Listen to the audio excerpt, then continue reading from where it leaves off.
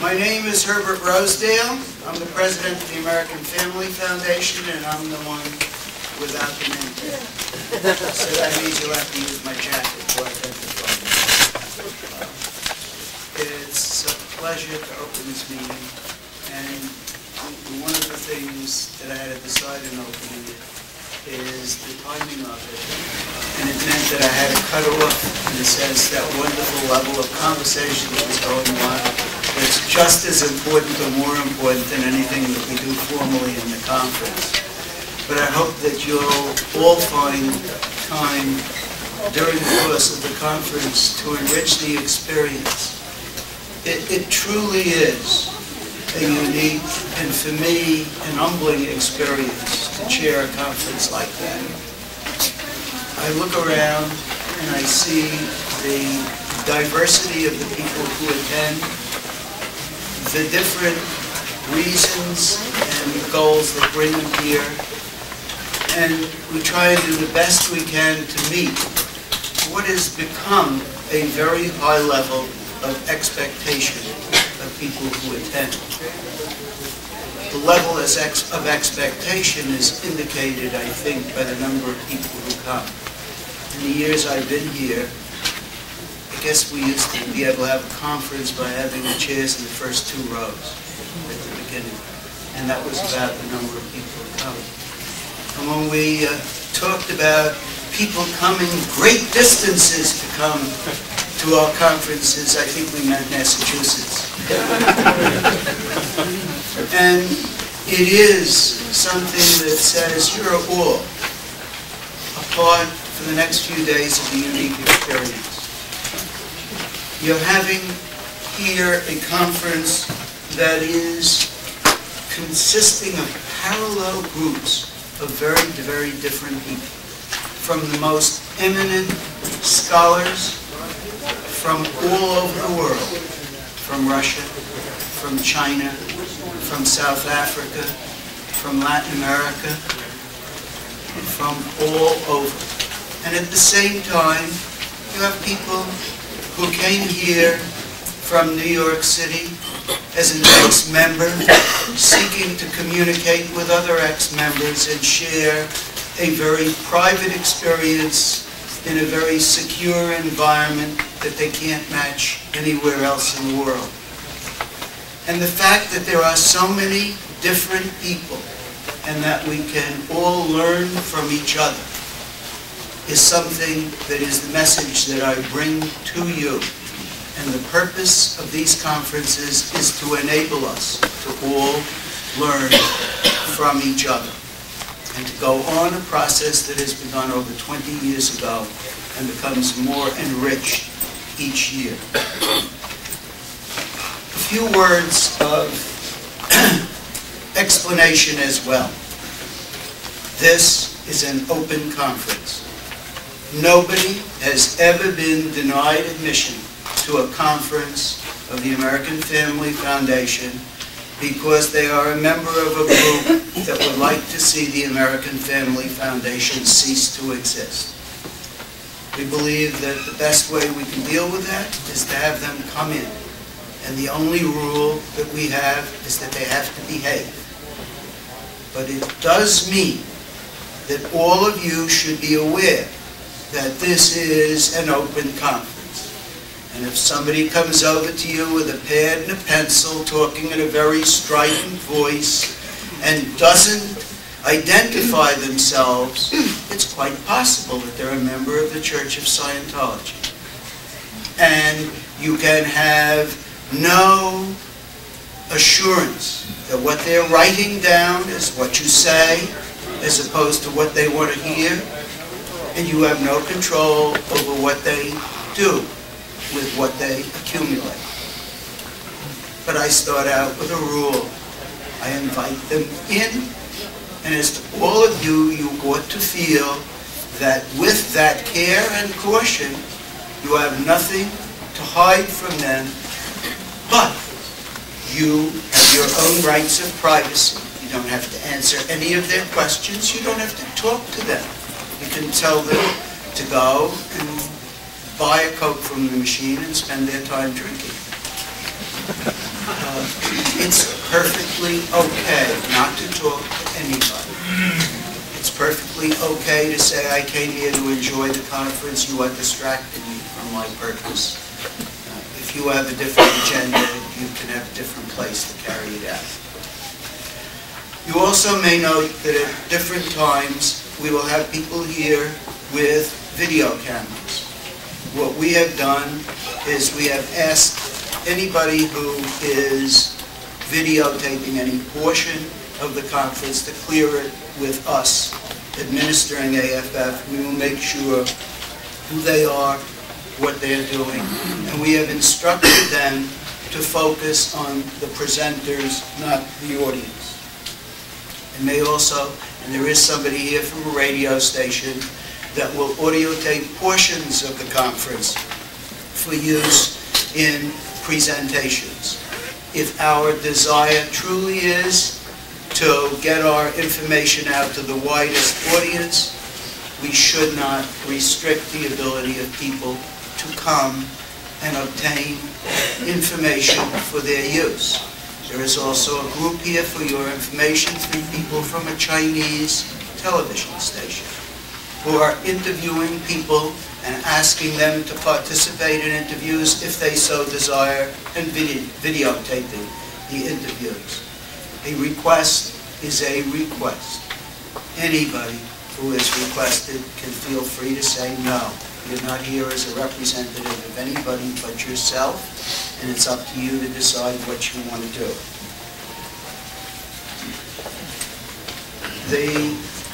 There are forms in the RIA that will deal with evaluation of various sessions. There are the mechanics of the schedule, and the mechanics and timing we will endeavor to adhere as much as we can. When we do, we try to cram as much as we can into a few days. We do recognize that it places the difficulty on your part of often choosing which of a number of programs you'd like to participate in. I would point out to you only that we will do the best we can to videotape, if we can, those programs that you can't attend because we haven't quite mastered the art of instructing you as to how to be in 2 places at one time. It's a problem, but we feel that we do the best we can and we design different programs. I also will tell you that we always have the difficulty in advance of estimating how many people are going to be here. And we have been pleased and also strained by the response. We expect that there may be 300 or more people here, that there may be representatives here from over 20 different countries. Recognize that you're part of that kind of a group that has really assembled from all over out of the purposes of conducting spirited inquiry. It may mean that sometimes there are more people in a room we'd like than we'd like, but we didn't want to run the risk of overcommitment. We want to have as close a group as we can. Sometimes we end up a little closer to each other than is the maximum amount of comfort on a 90-degree day. I think I've finished my welcome, but I want to make it clear to you that during the course of the conference you'll find that I'm not a principal presenter, I'm a resource. I will be around to talk to any of the people who want to see me during the course of the conference, and I'll make time to talk to you. One-on-one is sometimes the most important thing you can get out of this group. It's a supplement of something else. This is a conference that will be a success to the degree that we each respect the views of the other. When we have a group of people that are as diverse as we are, I suggested that one of the tests of diversity that we might use as a very, very quick sketch Just look around and see how the people in this room are dressed. And if you look at that, you'll see something which speaks for itself in terms of diversity. And when you have respect for all of the other people that are in this room and engage in fruitful and constructive dialogue with them, you will walk away from this having one of the most significant and rewarding experiences you've ever had. I can only hope for you that your pleasure and your reward out of it will measure up to that which I know I will feel. Thank you very much for coming, and I hope you'll find it a great and valuable conference.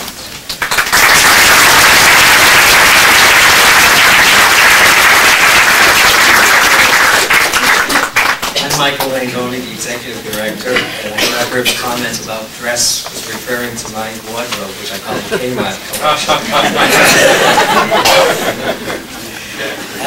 I have a few announcements before my paper. One, the St. Malo conference brochure, which is in your registration packets, has an error.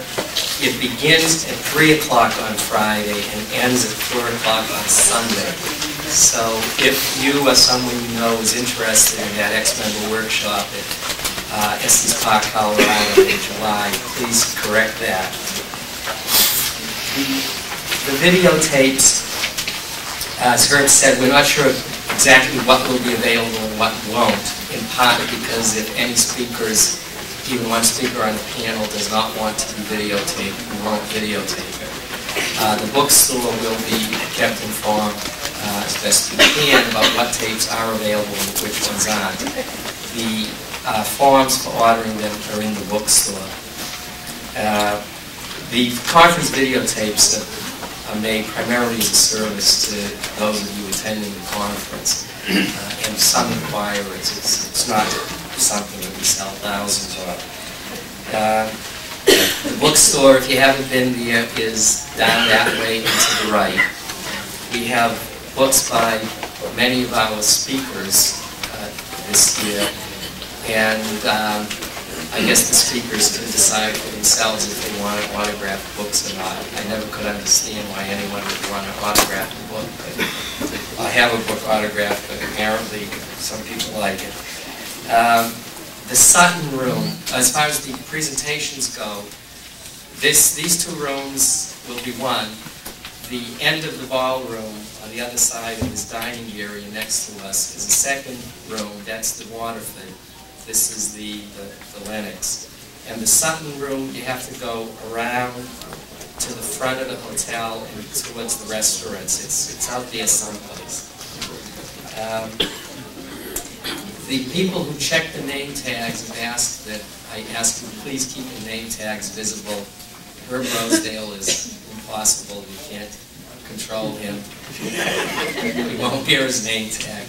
But the rest of you got to wear your name tag. Okay, let me see. And there are contribution cards in your registration packets. We are beggars, so we will always accept contributions. And appreciate any contributions you can make. I'm going to give an introductory talk to the conference to try to provide some context to this conference. We try to make our conferences hold together without being rigidly focused on a theme. And we generally try to have tracks that address helping needs, research, and international policy issues. So my talk will try to give you some kind of integrated context. There should be plenty of time. I don't think my talk, I may be able to let you all out early, but that's okay. We've tried to allow for abundant time for socializing, because one of the values of this conference is the opportunity to talk to other people. So, to the extent we can, we've used long breaks and long lunch hours. All right, let's start. I've entitled this Cultic Convergent Science and How, the title of the conference.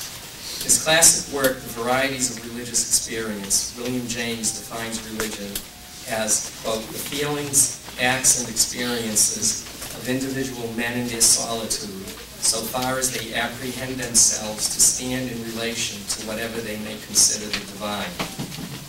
James's definition of religion is useful when one focuses on the experiences of men and women earnestly seeking the deeper personal relationship with God on the ground of being. His definition is compatible with what Gordon Allport, a pioneer in the psychology of religion, called intrinsic religion. That is, faith as a supreme value in its own right. But James and many others with an interest in religion often overlook the less compelling kinds of religious experience that Allport categorized as extrinsic religion. Religion that is strictly utilitarian, useful for the self in granting safety, social standing, solace, and endorsement of one's chosen way of life. An especially interesting variety of experience, often though not necessarily religious, is conversion.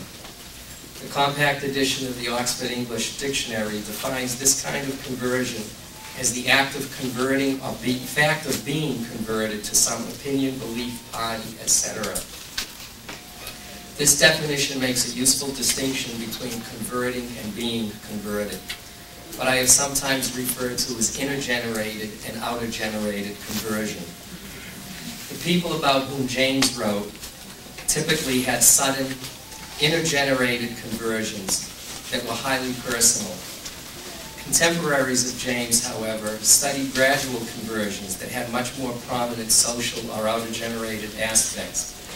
J.B. Pratt, for example, claimed that the born-again experiences in American fundamentalism of the early 20th century were largely a result of social expectations. Adolescents were born again because their social world expected them to be born again. We have then, in this very brief sketch of the psychology of religion, several dimensions of religious conversion experience to consider. Or actually conversion experience, it doesn't have to be religious. Personal versus social, intrinsic versus extrinsic, using Allport's terms. Sudden versus gradual, inner-generated versus outer-generated. These dimensions should be viewed as continua, or even as intersecting dimensions, not as dichotomies. Extrinsic social conversions may have profound personal aspects, just as profoundly personal conversions may have extrinsic utilitarian aspects. Perhaps I reveal only my own bias, but I believe that there is a general tendency to view personal inner-generated conversions as more authentic than outer-generated social conversions. Suddenness in a conversion can make it especially interesting, as it did for James, but it may also make the conversion suspect if there appear to be psychopathological or utilitarian motivations for the conversion. Outer-generated conversions may also stimulate skepticism, although the skepticism is likely to be blunted when the person is converted to a belief system shared by those judging the conversion. Cults and other groups, including large group awareness trainings, have generated controversy in large part because they are often viewed as engineering conversions. The highly sophisticated programs of the Moonies in the 1970s, for example, were for a long time viewed as the archetypal cult conversion. They were relatively sudden, outer-generated, or engineered, and at least to skeptical outside observers, crassly utilitarian. Some similarities to brainwashing research from the Korean War were easy to see. Cult converts, however, were not the empty-headed zombies that sensationalized media reports made them out to be. Despite the powerful social forces shaping their conversion, converts often did have profound personal experiences of their relationship to a divine, transcendent reality. The biases I mentioned earlier tended to make most of us recoil from the possibility that people could be manipulated into having such highly personal and psychologically deep experiences of conversion. But some observers, such as Dr. John Clark, one of the pioneering mental health professionals in this field, and the person who got me into the field,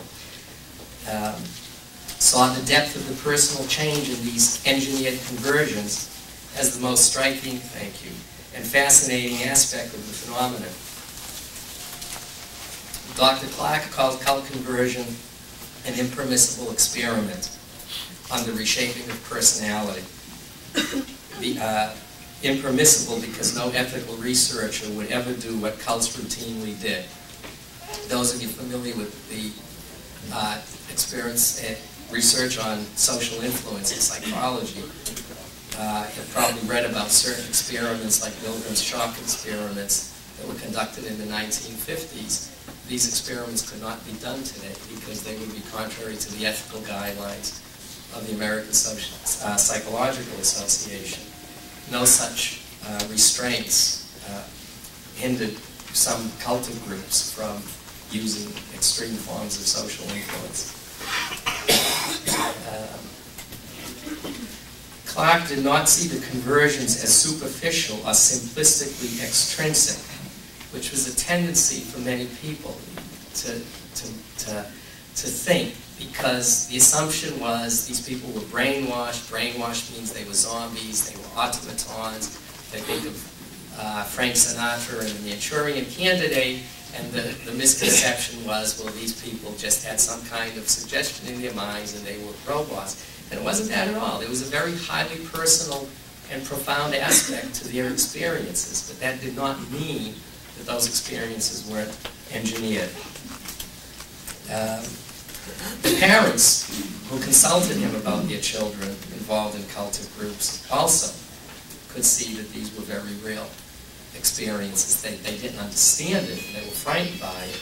But I don't think very many parents really saw their children as empty-headed zombies. And Dr. Clark also emphasized that these conversions did not have to be religious. Although most that we saw were religious in nature, there were conversions to political groups, psychological groups, and even commercial groups occasionally. Moreover, I think Jack Clark would put his finger early on the ethical aspect of this, because he made clear that even when such engineering of conversions may have beneficial effects, it doesn't necessarily mean that they're okay, that they can be subjected to ethical criteria.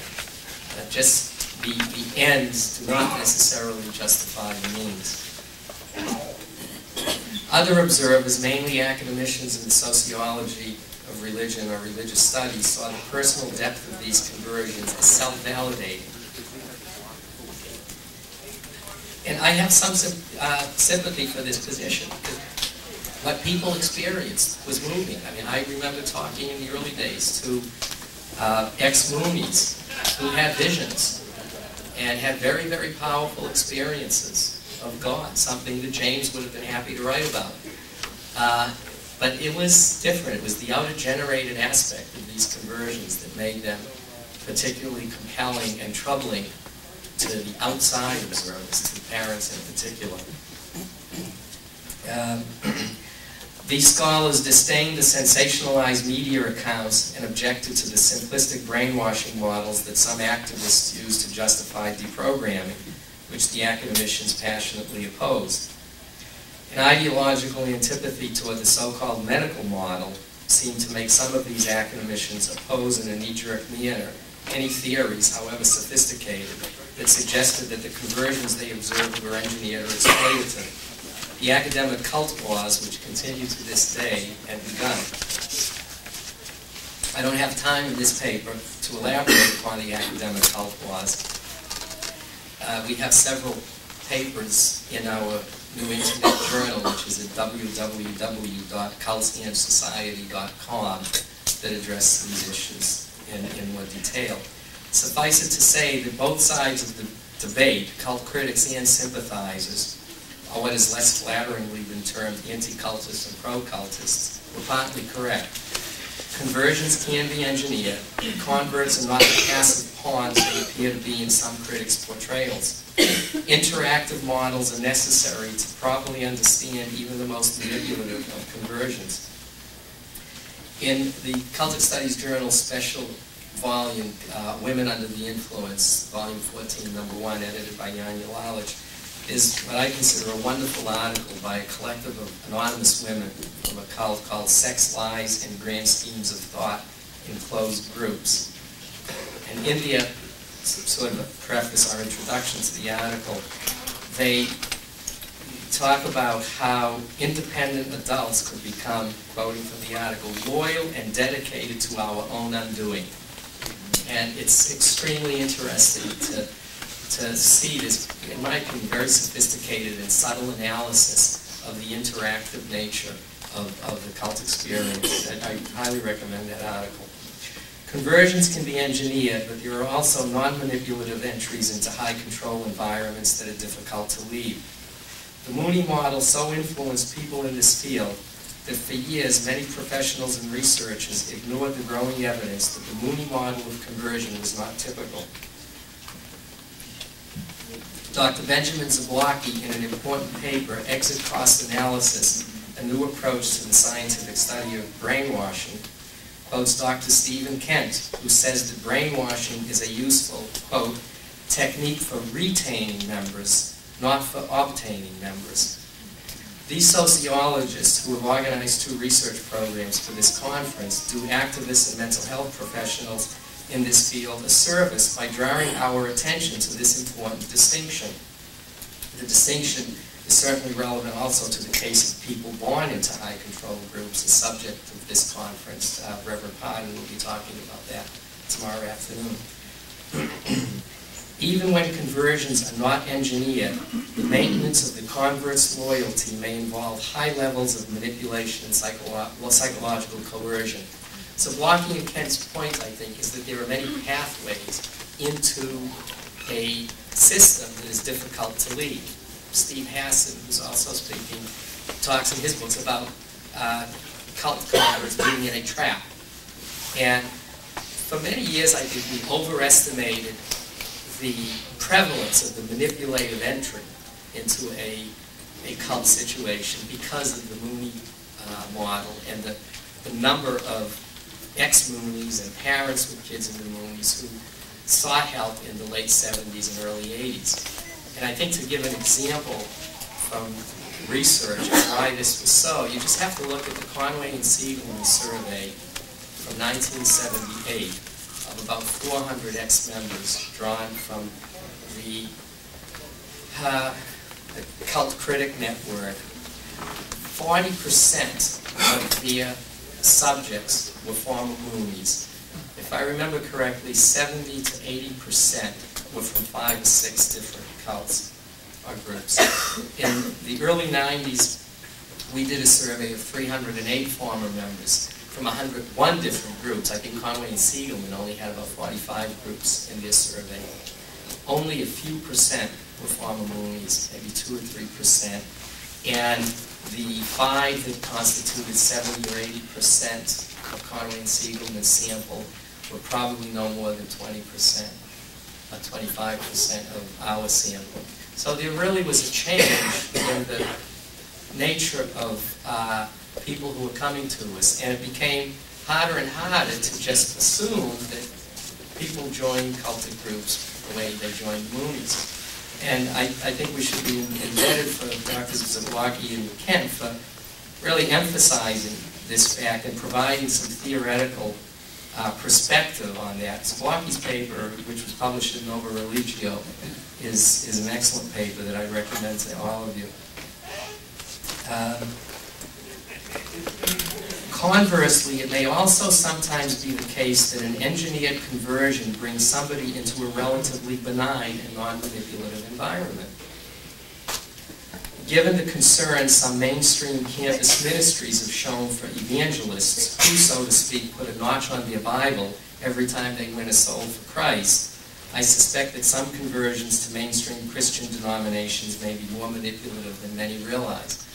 For those of you who aren't Americans and who didn't grow up on cowboy movies, gunslingers used to be known to put a notch on their gun every time they killed someone.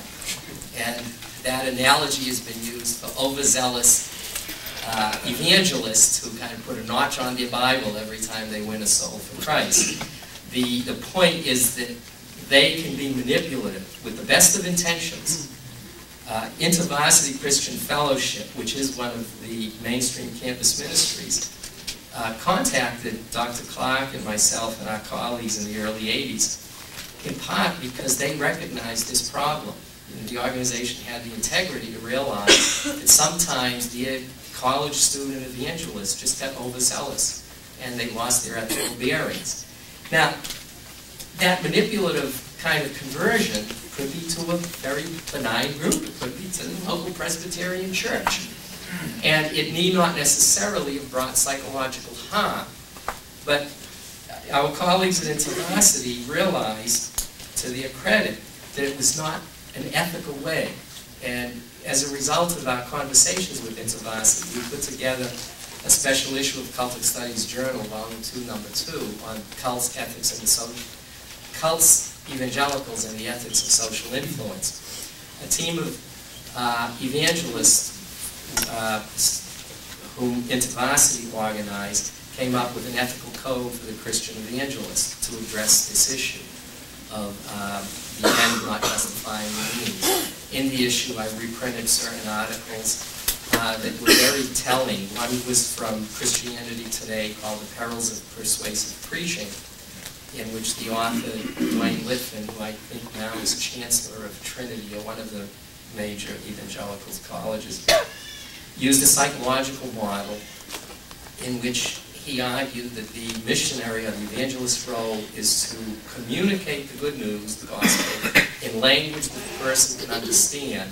And his role is to stand back, and it is up to the individual and God to decide what to do with it. It is not the pastor's role to manipulate, to bring about conversion. And I think that touches on the distinction I like to make between the inner-generated and the outer-generated conversion. And the bias, the correct bias, in my view, a preference for an inner-generated conversion, that is more respectful of the autonomy and privacy and the integrity of the individual human being. The powerful social forces in many controversial groups place them at risk for harming their members psychologically, physically, and economically. Drs. Mayer and Lifton tonight and tomorrow night, respectively, will inform us about two of the most conspicuous examples of groups that harm their members. Om Shinrikyo in Japan tomorrow night, and the group in Uganda that was responsible for, I think, but still not known to what extent they were killings and to what extent they were suicides. Cult sympathizers, to a large extent, appear to have been reluctant to write about these negative effects of conversion, although there are some notable exceptions. Dr. Burke Roachford, for example, has written about child abuse in ISKCON, and it has published in ISKCON Communications Journal. Our internet journal contains a whole section on ISKCON with many reprints from ISKCON Communications Journal, and I think to ISKCON's credit, they've been very open about these problems, and there is a reform movement within ISKCON to try to do something about this. But I think for the most part, the sympathizers in academia have been reluctant to talk about or write about the negative side of cultic conversion. Dr. Eileen Barker shed some light on this reluctance in a candid comment she made during her presidential address to the Society for the Scientific Study of Religion in 1995. I'm quoting Barker now. If we are to be honest and self-critical, we have to admit that several of us have reacted against the selective negativity of the ACM, the anti-cult movement, by sometimes quite unconsciously making our own unbalanced selections. Having been affronted by what have appeared to be gross violations of human rights perpetrated through practices such as deprogramming and the medicalization of belief, there have been occasions when social scientists have withheld information about the movements because they know that this will be taken, possibly out of context, to be used as a justification for such actions.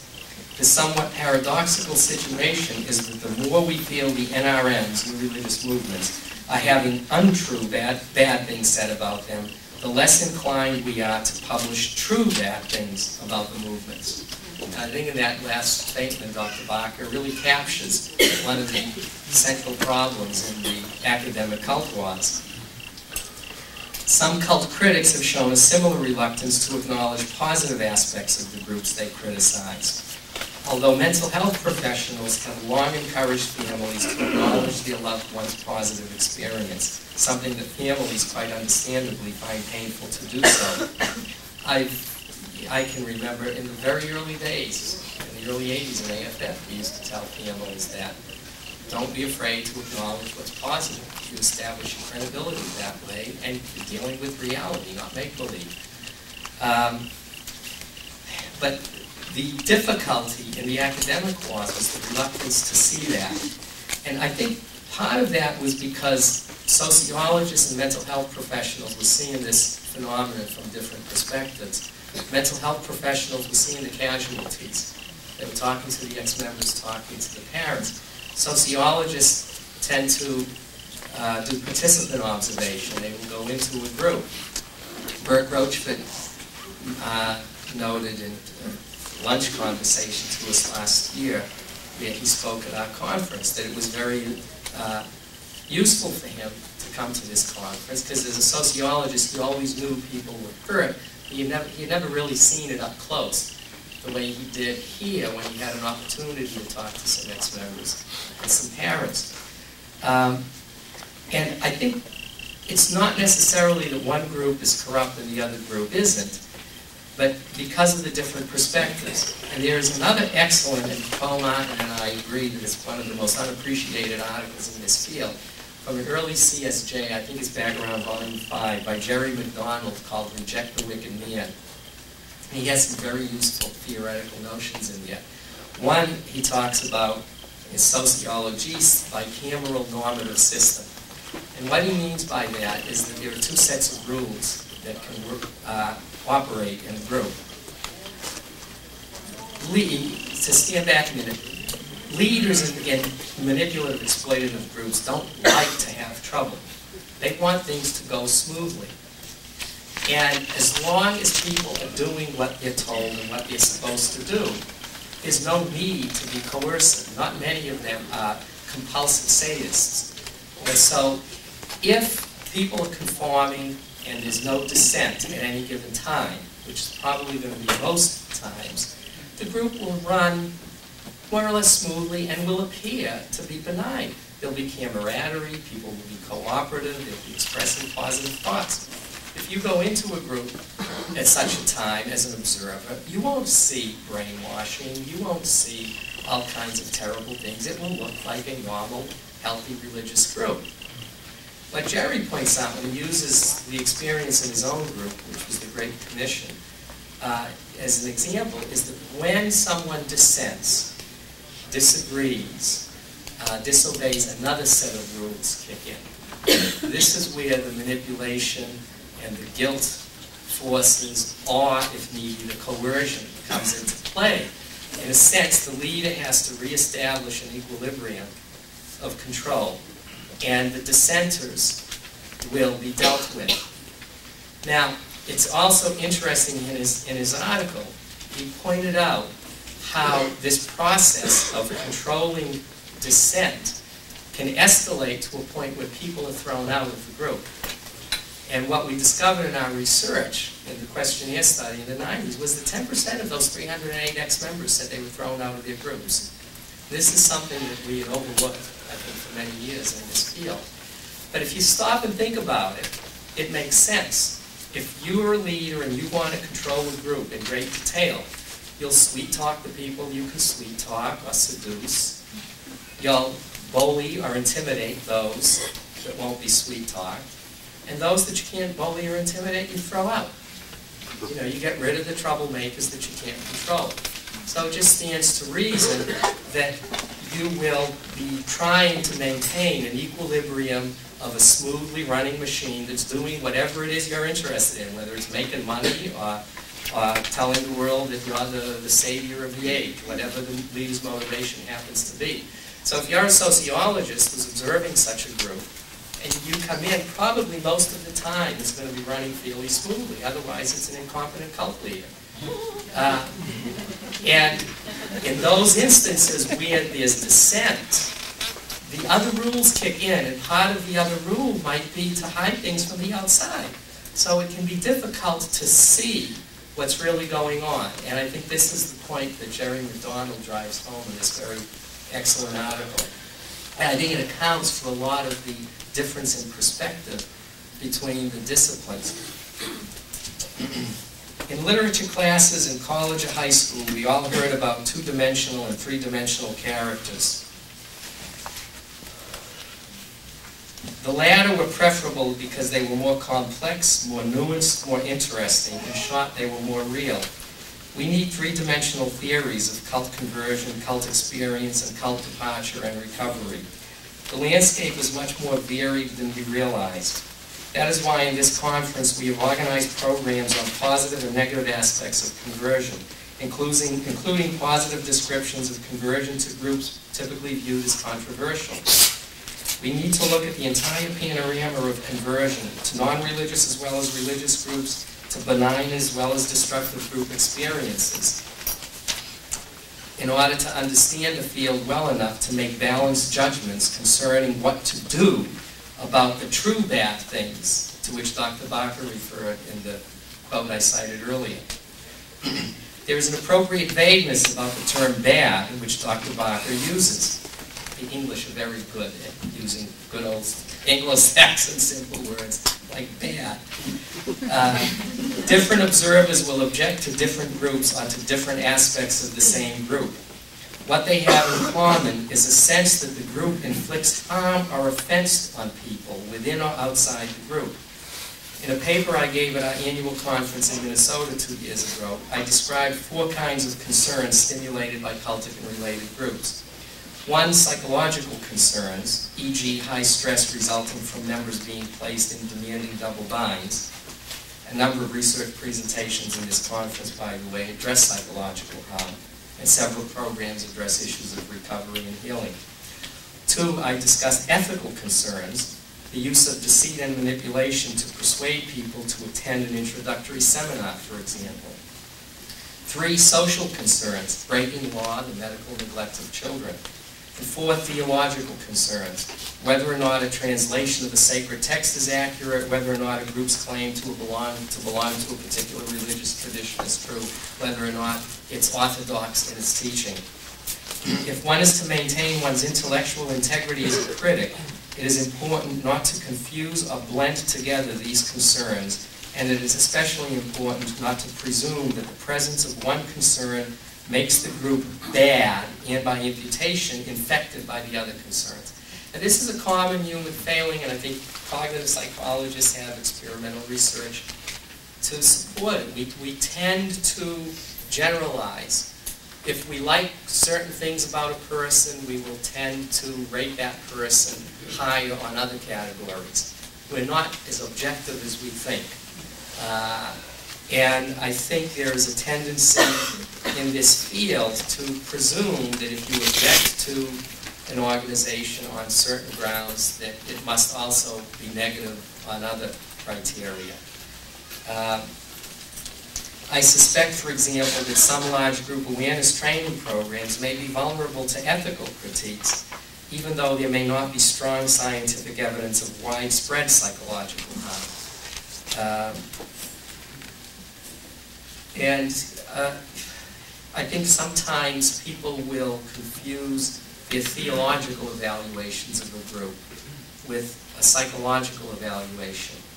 Part of the reason we don't make lists of cults, and we have a disclaimer where we have information on groups, is because if you're using a psychological criterion, you're asking that you use behavior to define it. And that raises the question of what behavior, how much? You know, what's the methodology for studying it? A theological analysis is much easier to make. You just get the books that the group has published, and you read them and compare them to whatever theological criteria you want to compare them to.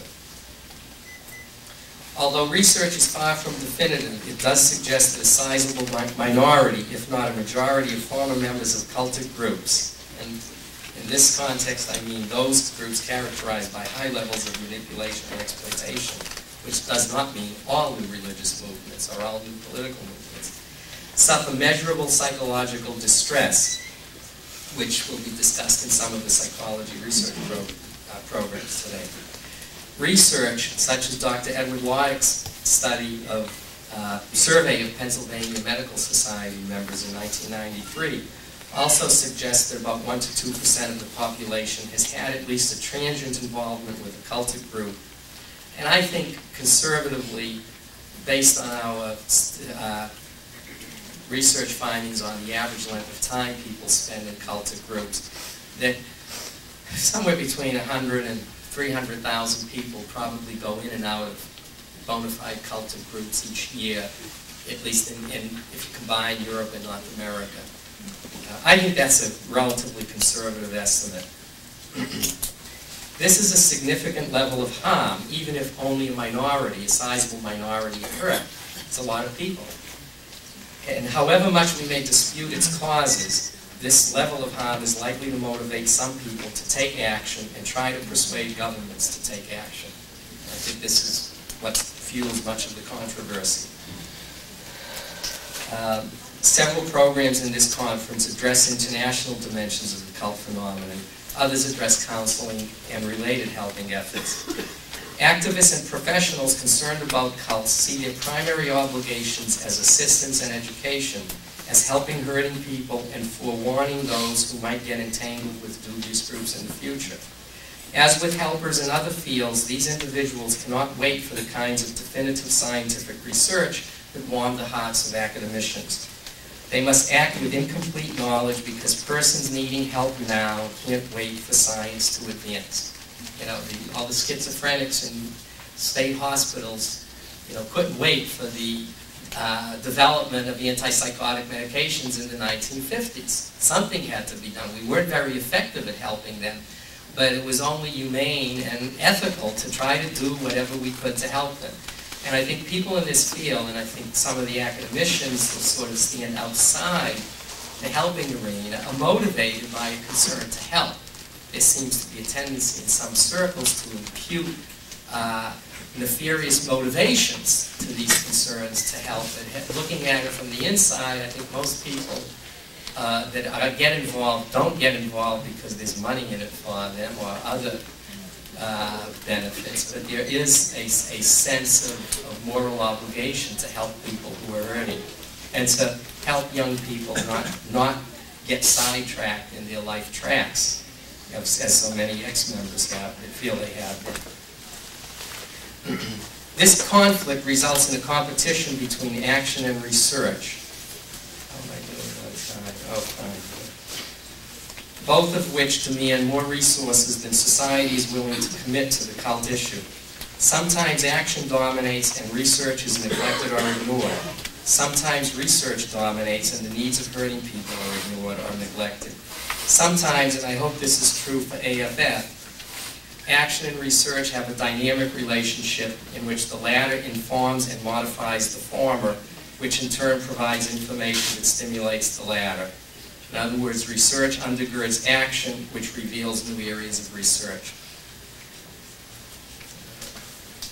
If research and action needs are coordinated and balanced, it will be easier for governmental and institutional authorities, such as college campus authorities, to make informed and balanced decisions about assistance and educational needs of people affected by or at risk of being affected by harmful cultic entanglements. Good information is vital to these authorities because, as I expect Dr. Kandel and Mr. Rosedale will argue later, their special challenge is to balance competing rights and responsibilities, not to pronounce in favor of one over others. I think much of the propaganda in this field is trying to make it seem as though freedom of religion is some kind of absolute that transcends all other rights and responsibilities. And it is an important right, as are other rights. And the challenge to institutional and governmental authorities is to balance these rights, which will compete with each other sometimes. And also the responsibilities of the state to those who might be more vulnerable to the abuse of their individual rights. It's not a simple issue to decide, and I think in a sense you can almost recognize propaganda by the simplicity of its proposals. Cult educational organizations must respect the need for authorities and their own organizations to continually inform, evaluate, and modify remedial actions so as to take account of new research findings. All organizations do not have to conduct research, but all organizations should try to cooperate with and keep abreast of research studies, especially those that have some practical implications for helping people. If we neglect study and research, we run the risk of becoming what many of us accuse cults of being, that is, ideologically rigid. We will never change our thinking because we think we know all that is worth knowing. Instead, let us acknowledge that we don't know as much as we think, and that we should work together in order to learn together. Thank you.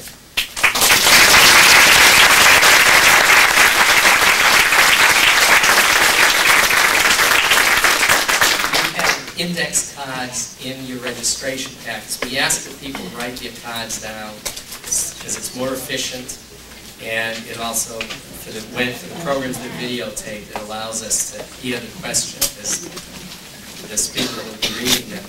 If I could have Bob, and would you mind getting a couple people to collect if there are any questions? You want to write them down?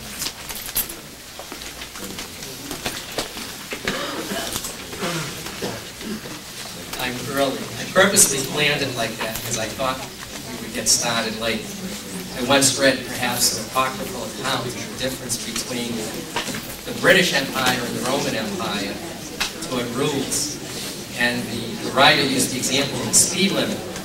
If the British want you to go 60 miles an hour, they'll tell you the speed limit is 60 miles an hour, and if you go faster than 60 miles an hour, they'll give you a fine. If the Romans want you to go 60 miles an hour, they'll tell you the speed limit is 30 miles an hour, because they expect you to break it. And if you go too far above it, then they'll take action. Having grown up in Boston, which ignited the American Revolution against the British Empire, I'm partial to the Roman system. So we allow for a certain amount of spillage. And this has worked out well, and we're ahead of schedule. Any questions collected? Air conditioner.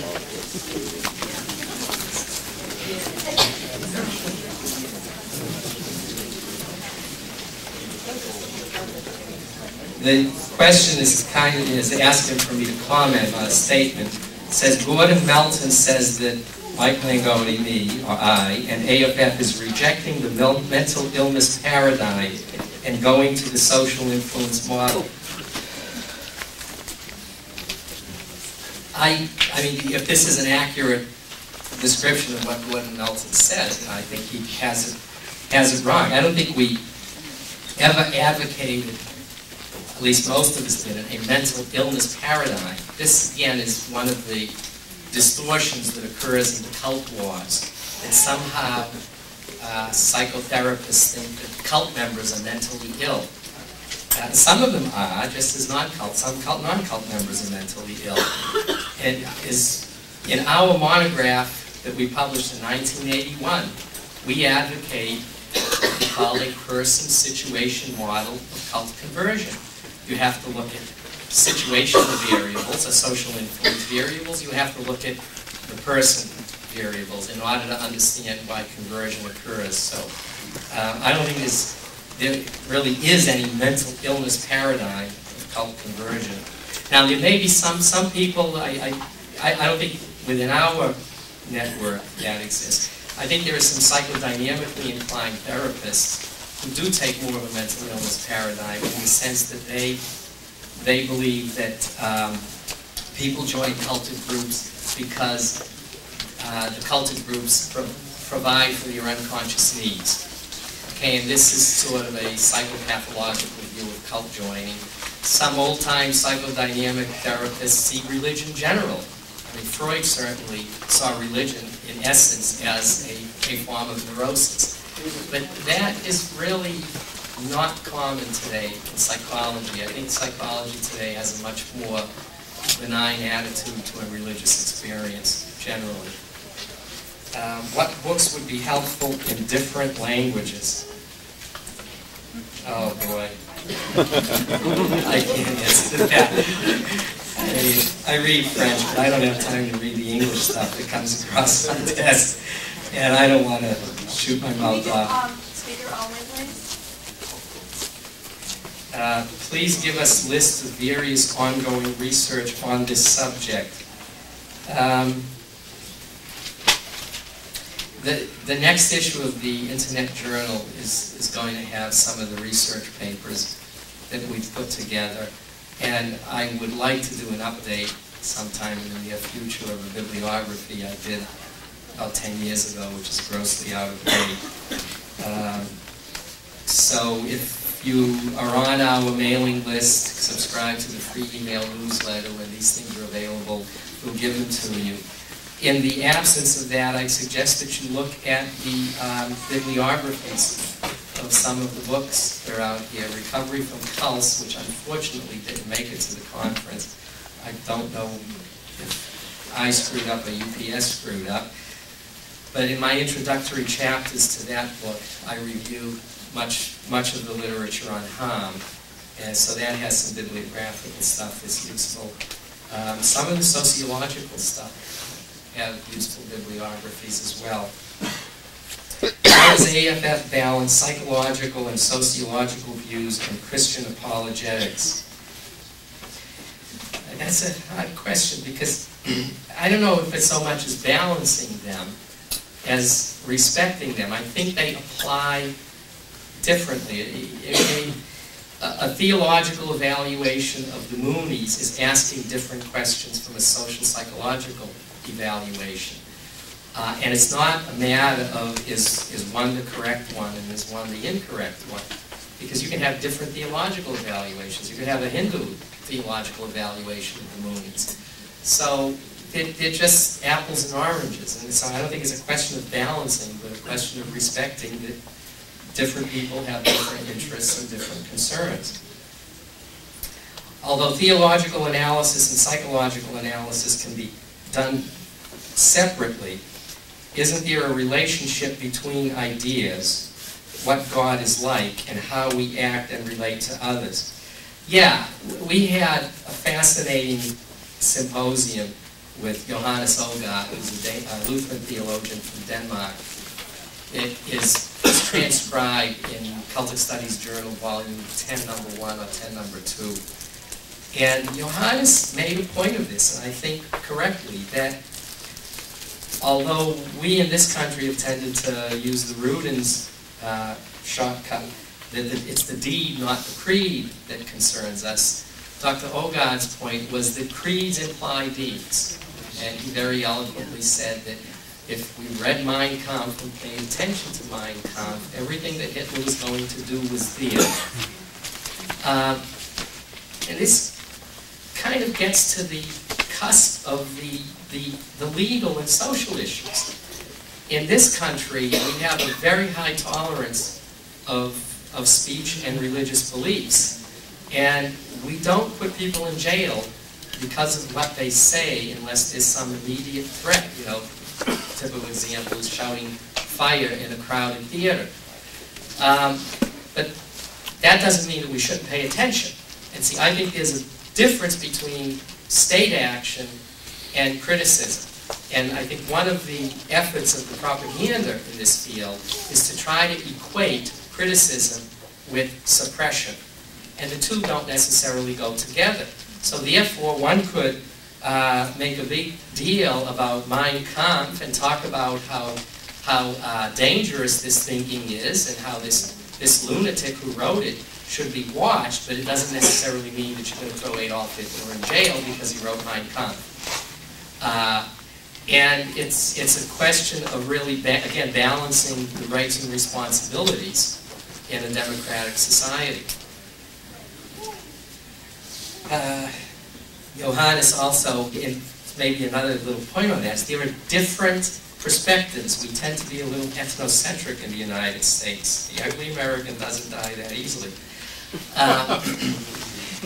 Yeah, and Johannes was rather amusing when he would talk about our First Amendment neurosis, from his perspective as a Dane, which has an established church, which doesn't prevent people from practicing religion freely. They saw us as just being two loops, sort of like the I think it was Gary Schaaf's professor at Princeton Theological Seminary, who said it's good to be open-minded, but not so open-minded that your brains fall out.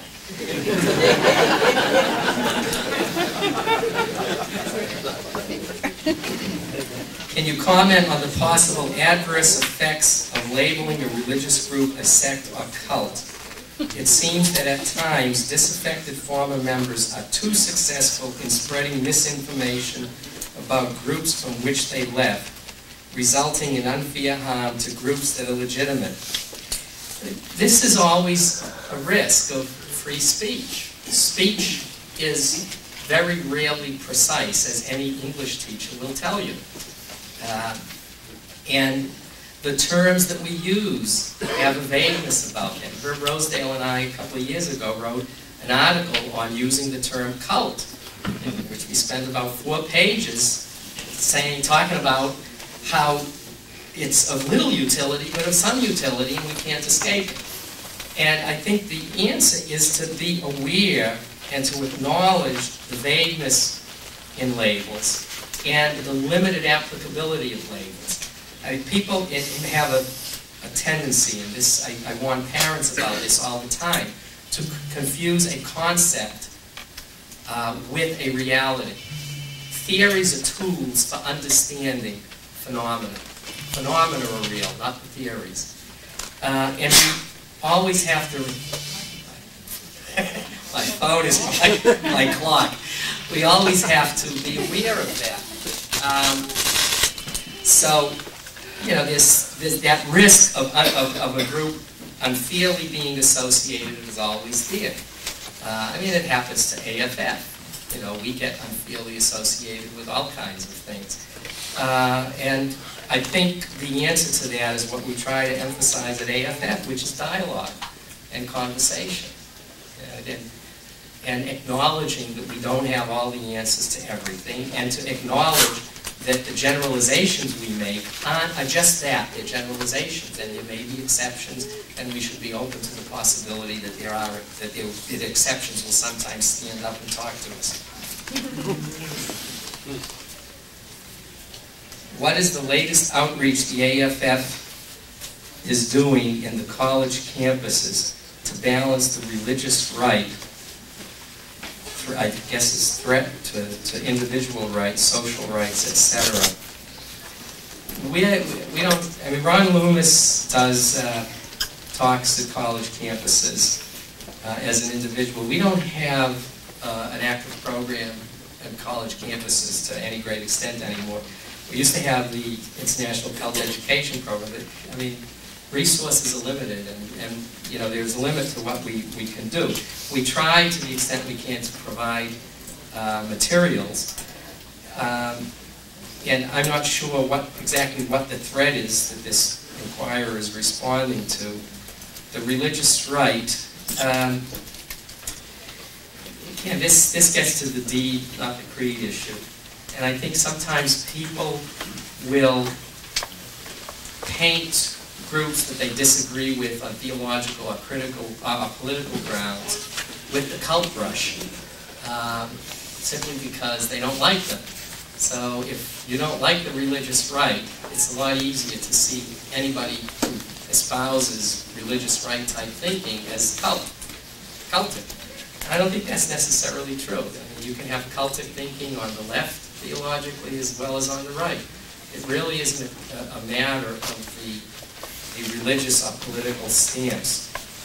And I mean, to the extent we would be advocating a position on college, it would be to look at the processes of manipulation and control, not so much at the theology or the politics. If anything, we would, I think our position would advocate that there should be an openness. Bob Thornburg, the Dean of Chapel of Boston University, is a case in point. Bob always had a policy of openness to cultic and religious movements at Boston University. He felt that the college campus should be an open marketplace of ideas. So the Moonies would have their tables at BU, just like other people, and there'd be people upset because the Moonies had a table, and what are they doing here? But he felt, you know, this is a free country, and they should have a right. But with the International Churches of Christ, they kind of went beyond the pale. This gets to that whole issue of the ethical boundaries of social influence. We had non-member students who were going into the dormitories at night and kind of descending upon vulnerable freshmen. Something like, I once saw in a study, 70% of whom will contemplate suicide at some point in their freshman year. And he felt, and other chaplains at other Boston area colleges felt the same way. This was a level of exploitative manipulation that was not tolerable. And they put a limit on it. And they took action against the International Churches of Christ at BU. And it was just the issue of balancing things again. It had nothing to do with the fact that their theology was conservative, because other conservative Christian groups were tolerated. To what extent ought we to be alarmed or concerned over the effect of religious pluralism on a consensus regarding the common good which must undergird any society? How might this impact American law, constitutional understanding, etc.? Randy Kendall is going to talk in one of the next sessions on cultural implications, what's called cults, culture, and human rights. And I'll let Randy address that issue, so I think she can do it much more confidently than Kennard. My personal feeling as someone who's not an expert on the law or on human rights is that the challenge to society is to maintain an identity that has some substance and durability as a society while being flexible and pluralistic. I mean, it's finding a balance. And you know, in the United States anyway, I think we're doing a fairly decent job of it. In my opinion, we're probably more guilty of leaning on the side of letting our brains fall out because of our open-mindedness than the opposite. But each society has to kind of find its own balance in that area. How many cults are there in the world? 2, mine and yours.